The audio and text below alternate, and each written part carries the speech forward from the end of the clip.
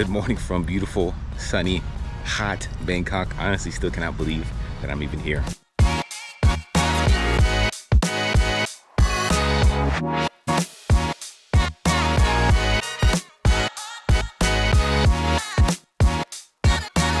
So hello and welcome. My name is Chris and I spent a little more than 10 years in the US Air Force, and probably like most people in the military, they think that they're gonna spend 20 years in, or at least that's what I thought.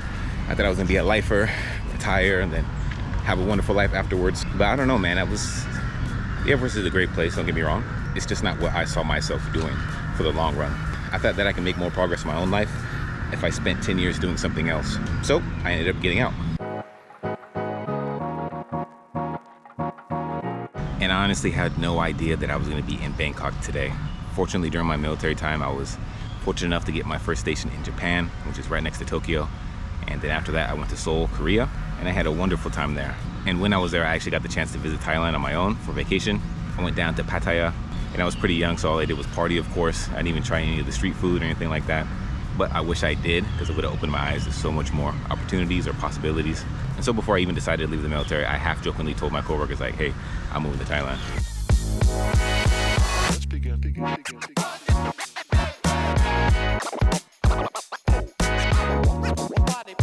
So maybe in essence, I kind of brainwashed myself into saying that I'm gonna be in Thailand. So I've been in Thailand coming up on 45 days.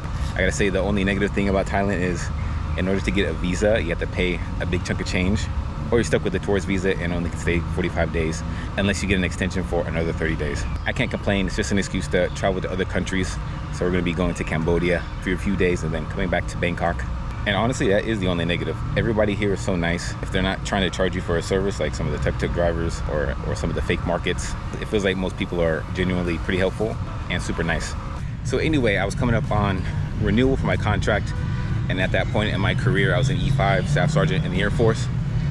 And at that point, if I would have renewed my contract, I would have been kind of stuck, because once you go more than 10 years, it's like, kind of what's the point? So I decided to get out. I was super unhappy with what I was doing at the moment, or the job that I was doing. And I just found myself going to work, going back home, going to work, going back home, getting in the same rut. So I finally decided to get out. I signed the paperwork, and I had everybody and their mom saying, "Are you sure? Are you sure?" Because if you think about it, you're leaving a secure job, it's a guaranteed paycheck. You have pretty much free medical, free dental. The military pays for your housing. So on the outside, it looks like I'm making a bad decision, right? So I got out, but I ended up doing some programs. So they help you transition from from military to civilian life. So I ended up getting out 2 months early, and I was pretty much just an intern at a fitness studio. So after the internship, I ended up getting hired. But to my disbelief, what the program had said I would be making on the outside world doing the fitness coaching, I think it was around 40 to 60,000 in your first year. That was not true. So I think it was just the studio I was at. They only had pretty much part-time positions. So when I left the military, I went from making almost 4,000 a month, which is pretty good. Most of that money's coming from like housing costs in Hawaii, to making less than $500 a month.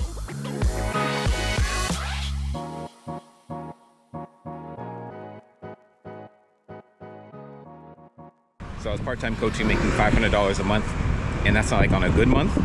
My rent in Waikiki, where I was living, was $1,800 a month. I still had a car payment that was $500 a month. So I was like, what the? I honestly don't know what I'm gonna do. I somehow survived for a year doing the fitness coaching, and I also was doing some side hustles. So I had a gaming channel where I played games. I also did live stream tutorials to help people that are trying to get into the live streaming space. So I was very grateful, because I had some companies reach out, and I did some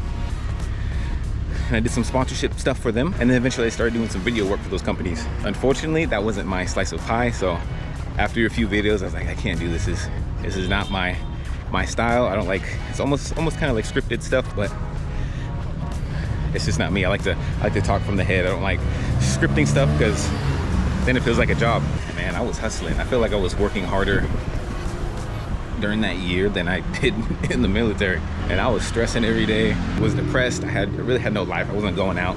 I had no money to spend. So that year was definitely one of the darkest years I've ever had. but somehow I managed to pull through. I ended up cutting down some of the gym work I was doing, so I was only working the weekends. I decided I wasn't making enough money at the moment, so I cut down hours on that, and I decided to go to school. And the only reason I was applying for school is because I needed to pay the rent, right? So once you get out of the military, you can use the GI Bill. Depending on your school location, you get housing, so you can go to school so you can go to school full time pretty much. And at that point, I was applying for a bunch of jobs. Funny enough, I'm getting the emails right now saying that, hey, we'd like to schedule an interview with you, which doesn't do me any good right now. I'm in Thailand. So I couldn't get a job. I thought my only option was school, so I got in contact with a couple school counselors, but with my luck, I wasn't gonna meet the time requirement.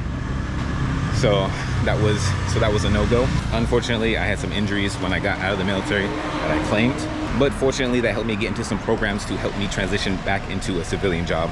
So eventually I found that program, and I got into a certification school. So me being a computer guy, I was like, yeah, let me do this. I ended up trying to get into the IT field. But at 3 months school, I was like, yes, I got it. I can pay rent, I can rest easy, just go to school full time, and afterwards I'm gonna have a job, because they help you get employed afterwards. But unfortunately, it was online school. So if you do online, you only get partial rent, which is around $600. So that paid for only a portion of the rent in Hawaii where I was living. So I was back in the same boat, stressing. I had a little bit more income, which was good. So I had to continue some of the freelance video work, which got me through. So at this point I knew I messed up. Thinking to myself, I probably should have stayed in the military, because I had no plan. I was unhappy. I'm trying to get out.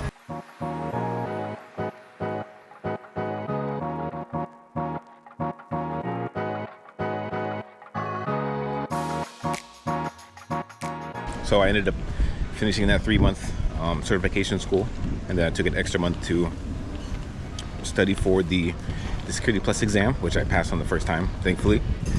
And then after that, of course, started applying for these jobs using LinkedIn. Applying, and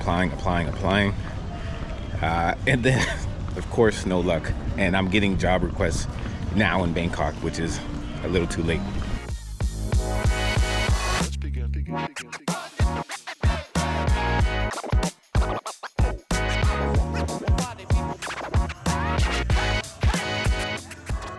So I was kind of at this awkward point in my life where I wasn't really sure what I should do.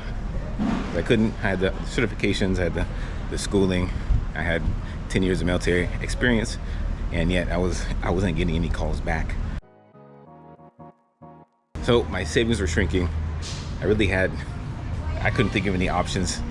I didn't have any bright ideas to get out of the situation I was in, and I definitely couldn't afford $1,800 a month for rent in Hawaii. So of course I went to YouTube. I started just watching videos of cheapest places to live. And then of course I found Thailand.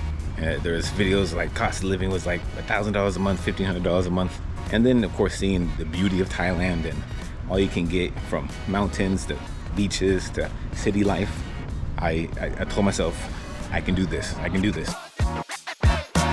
So from that day I said, I'm moving to Thailand. So in the matter of 3 months, I ended up getting a storage unit for some of the stuff that I really didn't want to sell. Cleared out of my apartment, and then eventually sold my car too. I already had a passion for video editing, or at least I had experience in it. So I thought to myself, why not explore the world, do some YouTube, and see where it goes. And honestly, it's only been a few weeks since I've moved over here. But what I do know is that sometimes you have to risk it. You never know what will happen if you take that risk. And I thought to myself, I don't want to say, oh, I wish I would have done what I was thinking back then.